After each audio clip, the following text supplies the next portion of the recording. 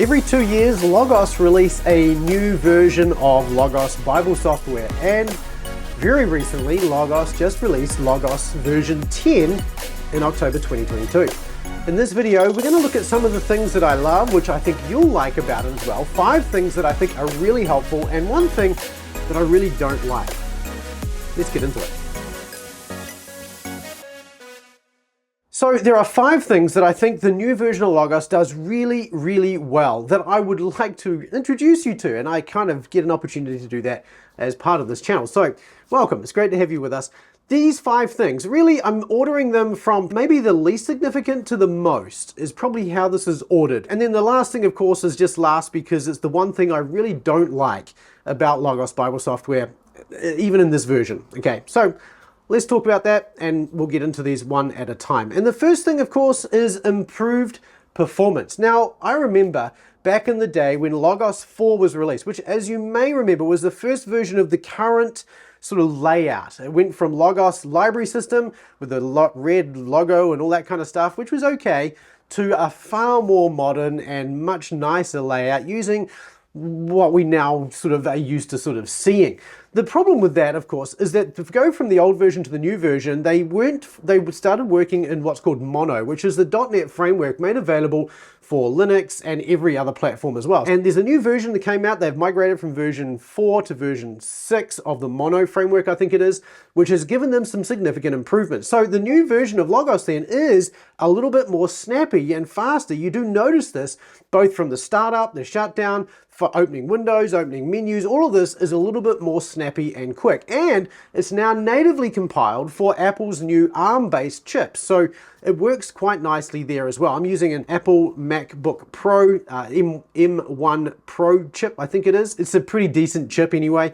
And it works really nicely and quite quickly. It opens faster, so it is a bit more snappy. So the first thing that's improved in Logos version 10 is the performance. The second thing is something that stands out a whole lot more for just the average user. So you might not notice performance, but you will notice this, and that is the layout of the application has changed. Let's get into it and I'll talk about that. So when you open Logos Bible software, you're probably used to seeing the home screen. I actually don't start with the home screen. The home screen is turned off for me entirely. I just don't use it. What I prefer to do instead is have Logos open the last layout that I was using. And if that happens to be one book, then that's what I'm using.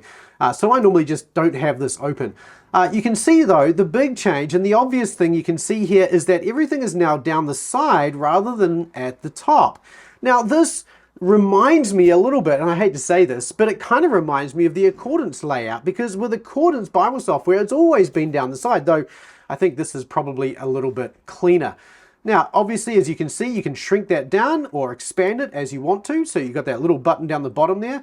And again, you can just click on these as you want to. So if I want to open my Bible, I can just click on Bible and there it is. And it just opens your preferred Bible. Anything else I might happen to want to open as well, if I've got these configured down the sides. And I've talked about how to do this before, how to create your own folders with your own Logos resources and those kinds of things. We've talked about how to do all of that before, so I'm not going to go through that here. But all of that functionality is still available. All you have to do is right click on the different elements and tell it to go into a folder and it will put it into that folder. So the point of these interface changes is to help get your Bible in front of you and get the interface out of the way. So that's the main thing with regards to the interface. So there's one other thing I wanted to show you with the interface that we need to go back to the computer for, and that's a new tool called the translation tool, which leans on Google Translate to translate modern languages into your native language. Let me show you that. Let me open my Bible and I'm going to open up the Latin Vulgate as well. And you can see here that I've got these 2 Bibles side by side. Now, as you know, the Latin Vulgate is a translation from the Greek into Latin, obviously. And so you can see here that I've got the Latin on the side. Now, there's this new button up here, which you may not have seen before, which is a new button. That's why you haven't seen it before. But if you click on that, you'll see that it actually gives you this line down the side with the translation of it from down the bottom here. You can see Google Translate down the bottom there. So this allows you to be able to read through text that you don't actually know using Google Translate. Now, Google Translate, as we all know, has its ups and downs, but it's probably better to have this than to not be able to read these texts at all. You'll see here that as I scroll, it automatically relocates where I'm up to and make sure that's nice and clear. And also you can click on this button here to actually copy the contents of the translation as well. Kind of a handy feature, but I'm not sure how much I use it. Most of the time you're buying books for, because they're in English, at least for me anyway. If you're somebody who reads in Spanish, say, and you're looking at an English book, this could be really handy. But on the other hand, it doesn't work with languages like Greek or Hebrew. So it only works with modern languages and apparently Latin as well. So still kind of a handy tool, especially if you've got books in your library that come from a variety of languages. So that's the interface. There's a number of interface changes there for you to explore. It's the second thing that I really like about Logos 10. Let's do the next feature I really like first, and that is the changes to the mobile platform. Now, if you've been using Logos on your phone or on your iPad like I do, then you will really appreciate some of the changes that Logos has made to the latest version of Logos 10. This is actually probably one of the strongest areas from my point of view. I do my devotional times now, when I sit down and do my Bible reading and so on. I actually use a note-taking system on the one side. I've talked about that before. I use Obsidian for that. And if you're interested in that, click the link up here to find out more about that. And on the other side, I typically have my Bible. So I'm using Logos for my Bible software for my devotional time. So this is actually a big deal for me, and I've already used some of these new features, even as I've been just trying this out. It's been kind of a handy thing. So I think these are really cool. Let's talk about some of those major changes that we see in the mobile edition of Logos 10 as well. All right, so as we get into the text to start with, you see everything looks pretty much the same as it did. We have some small differences down the bottom here. You can see that we've now got more icons on this side. We have a gap in the middle, which is nice because quite often on the iPad we end up with our little keyboard. If you're using an external keyboard, you've got a little keyboard bar there, so having that gone is really helpful. These buttons here are actually really good for helping expose more of the Logos functionality. So you can see that access to things like your word studies and your exegetical guides are more readily at hand, as are things like your notes, your Bible as well, and also things like the fact book as well. So you can get access to those things that didn't used to be quite as easy to get access to under the old version. Another thing you can do here is if you just tap somewhere to get rid of this, you can see that even up the top here, we've changed the way we look at the text itself. So it used to be that this would all get out of the way. Now you've got a little piece at the top that stays there, and all the piece at the bottom gets out of the way entirely as it used to before. But that's just a small change to the way this looks. Now you can see as normal, just as before, I've got my footnotes on the page here. I can still use 2 fingers to move the mobile edition around and change where I am. I can still scroll from page to page the same way as I could before. So nothing's changed in that sense. The couple of changes that are worth pointing out though are things like the selection. There's a couple of selections. You'll know, of course, if you tap and hold on a word, it popped up with this little window. Now this is all brand new though. The old one didn't used to have all of this functionality on it. For instance, it would have some of these highlights, but not as many. So you've got more highlighting colors available to you now.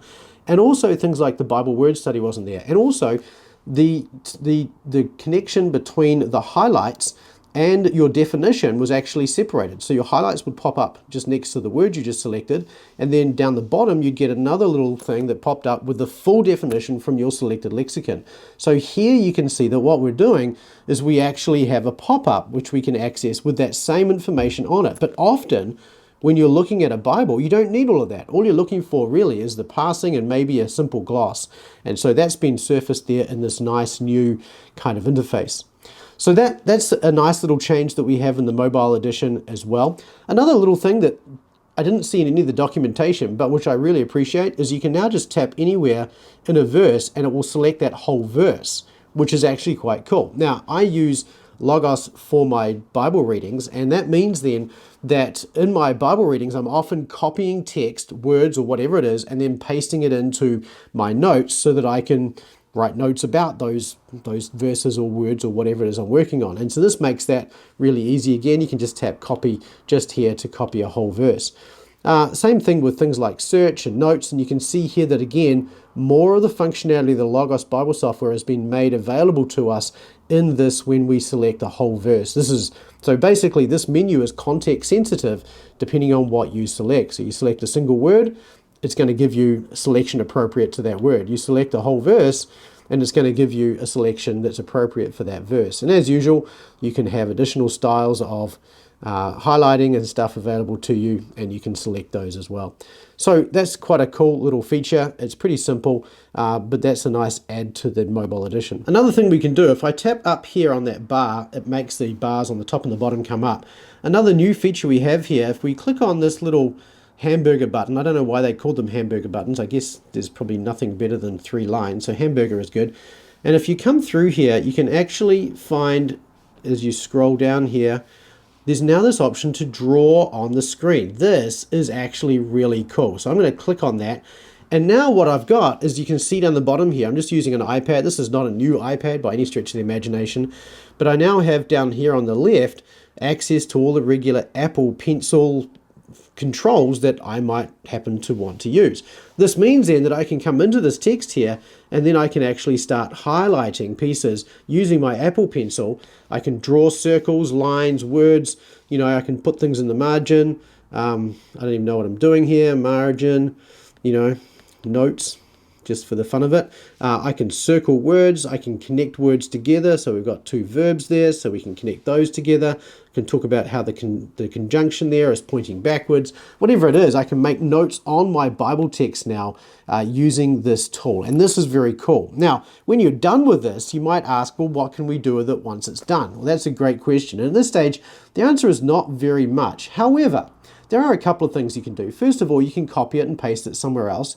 You can save it to your photos for later, and you can see I've just done that, or you can save it as a note, and I'll show you that on the desktop version in just a moment. So essentially this then becomes an image on the desktop version of Logos Bible software that you can then refer to and look at, but essentially it's still much the same. And when you're finished with this mode, just click Exit Drawing, and that goes. And if you don't save it, all of those notes are deleted. Just bear that in mind. So this is a good tool for just looking at a piece of text, understanding how, you know, trying to diagram it perhaps, write notes on it, lines. If you like writing in your Bible, this is a godsend. I think this is an awesome little feature, and I've already used it in my devotional readings and found it really, really helpful. I wanted to show you too, before I go back into the next piece, where in Logos that you want to go to find your notes. When you do a screen drawing and you save them to your notes, this is how you find them. So you jump in to your documents here, you choose the notebook that you save them to, and if you can see here, you've got type notes, and you'll see under type notes and I'll just get rid of that. You can see here I've got these ones here. They look pretty bland. There's nothing very exciting about them. If you click on them, you can see the image that is saved there in that note. And so that's the easiest way to find them. It's not the most viewable, and honestly you're probably better off just saving them to your photos on your device, but nonetheless that's how you find them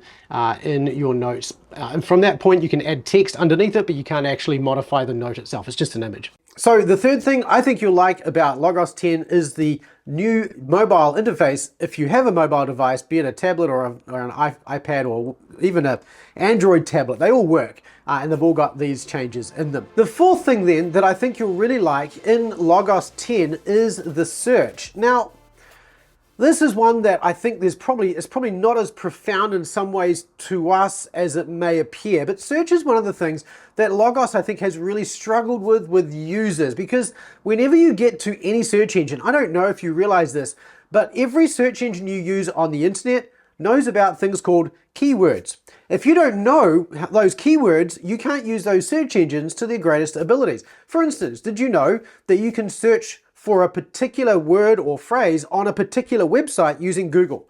In other words, you don't have to just search the whole internet. You can actually say, just search this one domain. And you have to know the site keyword to be able to do that. And there's a bunch of others like this. You can constrain the time of publication and all sorts of things like that. And it's the same with Logos. There's a lot of functionality in the Logos search that helps if you know the keywords and how the search engine works. So for instance, if you pump in 2 words into the Logos search and just hit enter, it's going to look for everything that's got those 2 words in it. Doesn't matter if they're one after the other, if the order's switched around, if they're together, if they're separate, it doesn't care. It just looks for those 2 words. So it's kind of like doing, find this and this together anywhere. And even the amount of space between them can sometimes be quite large. And so it just depends on the pericope and how the book is set up and so on. So Logos has, for a long time now, had a whole bunch of different search terms and keywords and things that you can use, such as and or not and quotes and things like this that you can use when you do your searches. But Logos is trying to make this even easier. And so in Logos 10, they've actually introduced an easier search, if you like, a search where you can just search everything.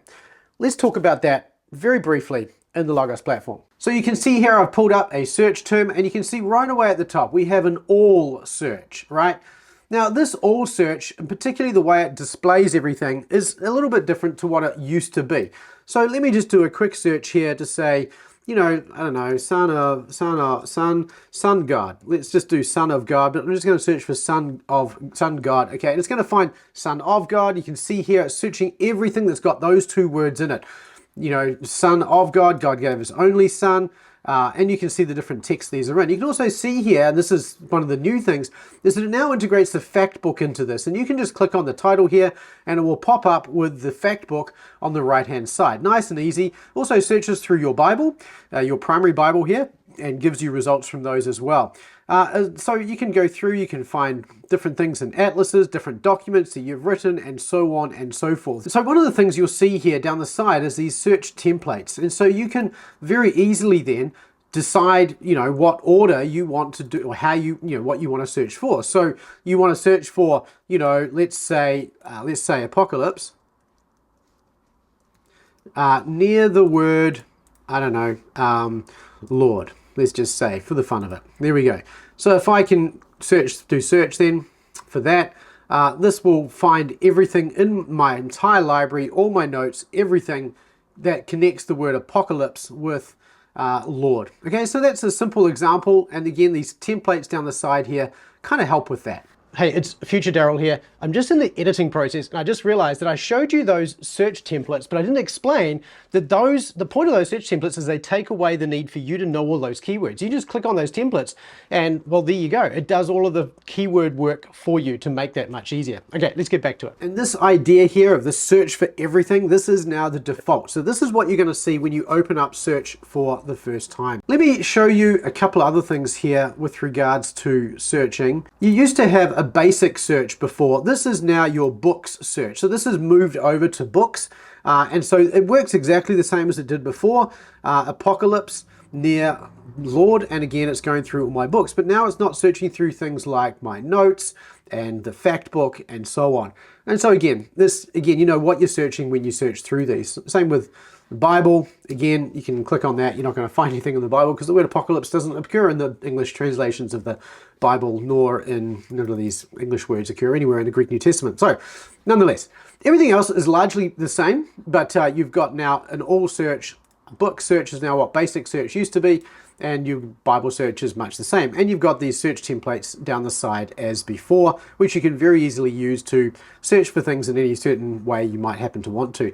There's also an autocomplete coming here as well that they're working on. I'm not exactly sure what that looks like, but again, they mentioned this is something that's coming up as well. And I suspect what that will mean is that as you type up apocalypse, it'll help if I spell, right? Apocalypse. It's going to actually start to fill that out in the text of the field I'm looking at itself. So anyway, all stuff that's coming. And so search has had a bit of a touch up as well. So something else that is here in the search tool that I haven't shown you that yet under your book search is really the fifth thing that I think is really cool. And maybe this is the biggest change and the most important one, perhaps the one that's going to make the biggest difference to you and me. This change is really cool. So here's the thing. Let's go back to the Logos Bible software and let me talk you through this change. Now, here's the thing. If I do a search in books, and let's say I'm looking for the word discourse, and I enter. Now you can see here, nothing this is particularly different to normal. Downloaded books. Let me close that up. And then there's cloud books. Again, these are books that I don't have downloaded. I don't have the Treasury of Scripture Knowledge downloaded anymore. I don't know why. I think I remember removing, but I can't remember why I did that now. Anyway, so I can close that up. And then, oh look, print books. What is print books? Okay, this is the fifth thing that I think is actually really cool. Inside Logos 10 now, you can actually tell it what print books you've got. And if Logos has digitized those print books into Logos format, you can then add those to your print library in Logos Bible software. Let me show you that. So we can click on library here, and you can see it pops out as normal, and you can see we have this add to library section here on the top. In fact, let me just drag the library up here so you can see this really clearly. We've got add to library right here. I'm going to click on add to library, and then you can see here there's a whole bunch of books that Amazon has that I don't actually have in my library. You can see there's 171,000 books that Logos has in their library, that they're digitized at least, that I don't necessarily have in my library. I've got a pretty decent library. I've got 12,000 books in my library in Logos, but I don't have, for instance, putting Jesus in his place. Putting Jesus in his place. I don't have that, there it is, right here. I don't have this in Logos, but I do have it on print. And I can actually just click this button now and add it to my print library. Another one that I might want to look at here is the Drama of Doctrine. So this is a Kevin Van Hooser book. And again, you can see I don't have this. I do have a physical copy of this though. So why don't we jump over and I'll pull that out and I'll show you how you can add it to your library another way. Rather than clicking the button here, there's actually another way you can do this, which I think is actually really cool. And I think you're gonna probably want to use this if you've got a physical library of any sort. Let's try it out. So I have Logos on my mobile device, on my phone in this case, and I've got a couple of books here that I do not have in Logos, but they are available in Logos. One of them is the Drama of Doctrine by Van Hooser. And what I can do here is I can come into my mobile device, tap on the hamburger button down the bottom corner there, and you'll see here Print Library ISBN Scan. I'm going to tap on that, and it pops up with a camera, which I can then use to put in front of the device, in front of the book, which would be much better. And you can see at the bottom it's recognized the book from the barcode and it's added it to my library. So I don't have to do anything else. In fact, it's added it twice now.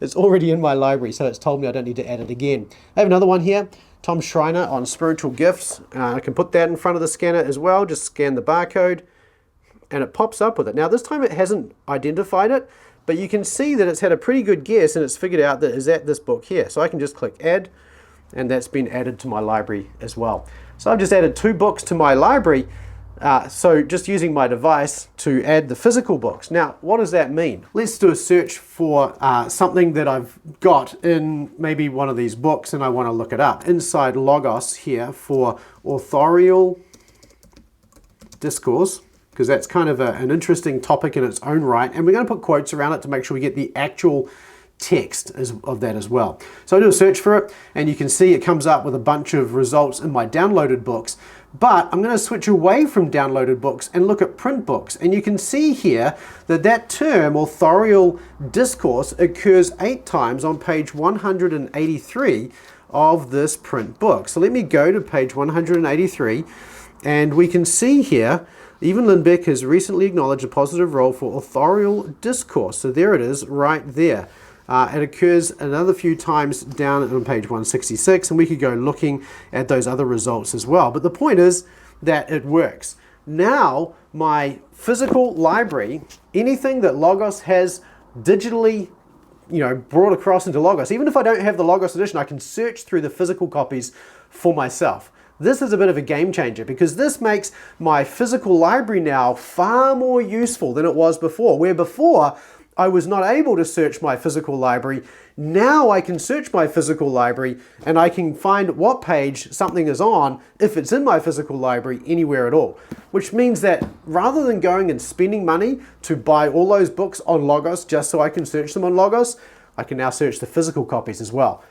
That is a bit of a game changer, and this makes a huge difference. There's only one thing I think would be really nice for Logos, and I think you can work around it, and that is it would be really nice to have something in Logos, if you have a physical book, to be able to tell you where that physical book is. Because I've got books here, here, there, up there, and elsewhere in the house there.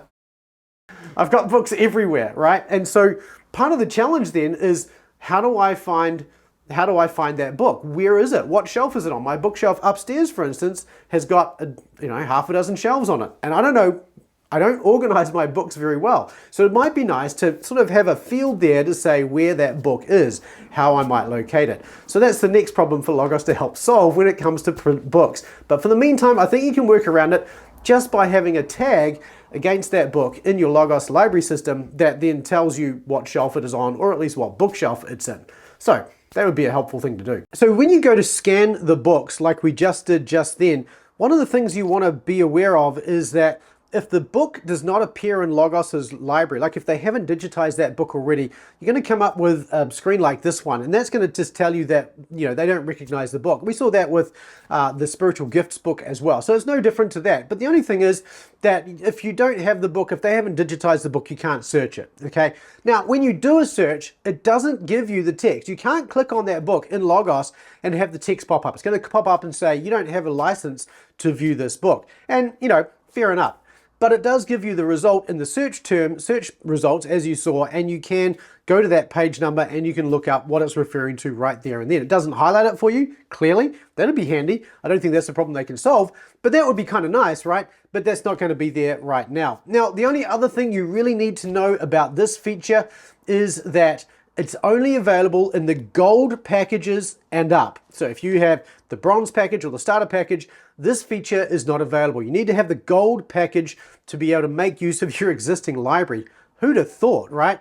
But anyway, that's a nice feature. Personally, I think this should be in the bottom of the rung. If you want to get everybody using Logos Bible software, this is a super powerful tool, because now you don't need to go buy the Logos books for the physical books you've already got. You can easily find what you're looking for in those books without having to have them spread out in front of you all over the floor like the old days.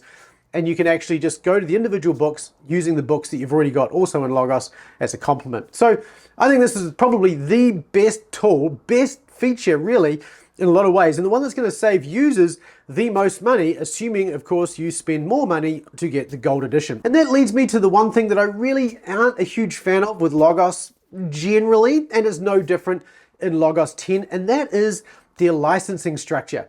There are so many different verticals, and then within those verticals, there are so many different offerings, and then there are two different product ways you have to think about that. Once you've got your head around that piece of it, you have to think about what Logos features you're going to get, and you have to figure out what books you're going to get. And inevitably, you can't avoid this. You go and get like a gold package of just the regular Logos gold package, and you're going to have 30% of the books are going to be great books which you're going to use regularly, and the other 70% of the books are books that you might use sometimes, and a lot of them you're probably just never going to even open.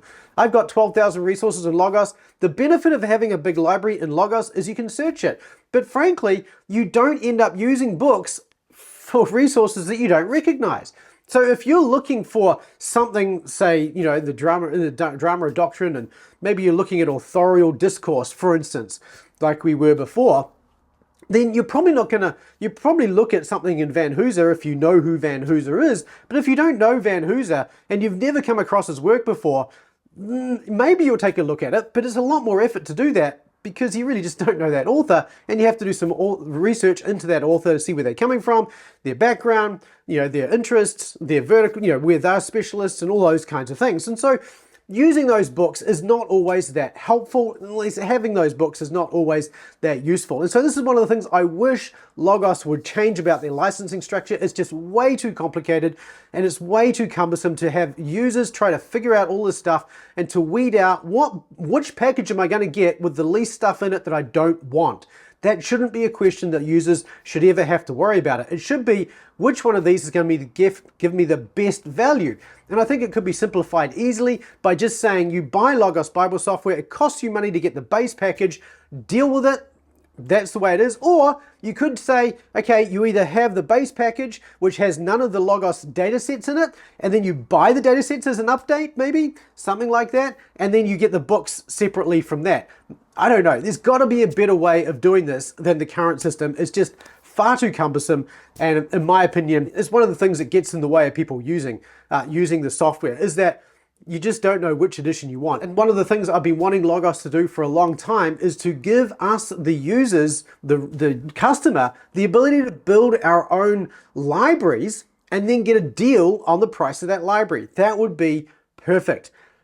Buy the software, spend $1,000 even on the software, but then the ability to just get whatever books you want and then just get a bulk discount on those would be brilliant. I would love to be able to offer my customers, for instance, a bulk deal on books that I recommend. That would be fantastic, but there's no way I can do that. Logos don't make that available. So I think, and obviously they're constrained by the relationships they have with publishers and things like that, but honestly, the system the way it is right now, it's cumbersome, it's hard, and it's the one thing that I really don't like about Logos 10, as well as every previous edition as well. But I'm interested in your opinions. What I've shown you today is not all that is available in Logos 10. There are a few other things. There are updates to the history. There are updates to the timeline feature. There is updates to the sermon builder. There are new templates and workflows in there that are kind of helpful as well. So I'd love to hear from you. What do you think is the best feature in Logos 10? I'd love to hear from you. Go into the comment section below. Let us know what you think is the best. And if you have any that you disagree with me on, well, I'd love to hear from you there as well on that. Let me know in the comments and I look forward to interacting with you there. If you are interested in learning the language, well, let us know in the comments again, because we have been tossing around the idea of how to teach people Greek, at least enough Greek to be able to use the tools effectively. If that's something you're interested in, leave a comment in the comment section below. I'd love to hear from you there. We're actually going to produce another video later this week, help you to get your head around which licensing edition of Logos you should get. So look out for that later in the week. Until then, keep taking small, consistent steps toward mastery of the Greek New Testament, the Hebrew Old Testament, and of course, Logos 10. And I look forward to seeing you in the next video. I'll see you there.